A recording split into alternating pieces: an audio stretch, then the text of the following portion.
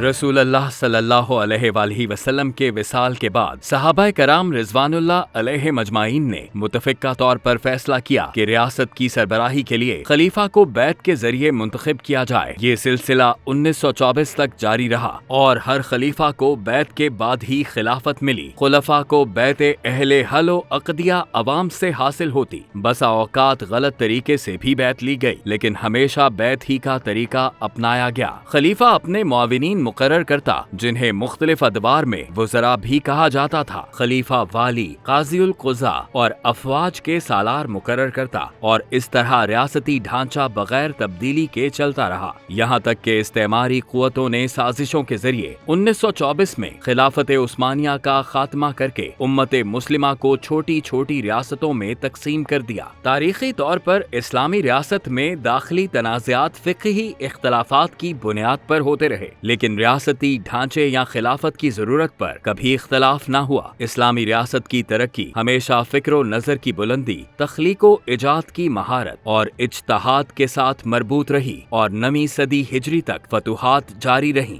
شام، ایران، مصر، ہندوستان، وسط ایشیا اور اندلس یعنی اسپین فتح ہوئے، اور اسلامی فوجیں وسطی یورپ کے شہر ویانا تک پہنچ گئیں۔ عثمانیوں نے اپنے دور خلافت میں مادی ترقی و خوشحالی کے مدارج طے کیے، لیکن 5ویں صدی سے شروع ہونے والی فکری تنزلی پر خاطر خواہ توجہ نہ دی جا سکی۔ تاہم اس دوران بھی اسلامی ریاست دعوت کے فروغ کے لیے کوشاں رہی، اور غیر مسلم علاقوں میں اسلام پھیلتا رہا۔ 1924 تک اسلامی ریاست کا بنیادی ڈھانچہ ہمیشہ ایک رہا۔ خلیفہ کی جانب سے مقرر کردہ والی آزاد حکمران کی طرح طاقتور ہو گئے، لیکن انہوں نے کبھی ریاست سے علیحدگی اختیار نہیں کی۔ اسلامی ریاست نے کبھی بھی مختلف ریاستوں کی وفاقی صورت اختیار نہیں کی۔ مثال کے طور پر اندلس اور ایران کے حکمران مقامی خلافت کا اعلان کر چکے تھے، لیکن وہ مسلمانوں کے مجموعی خلیفہ نہیں مانے گئے۔ اسی طرح فاطمی خلافت کو اسلامی خلافت کے طور پر تسلیم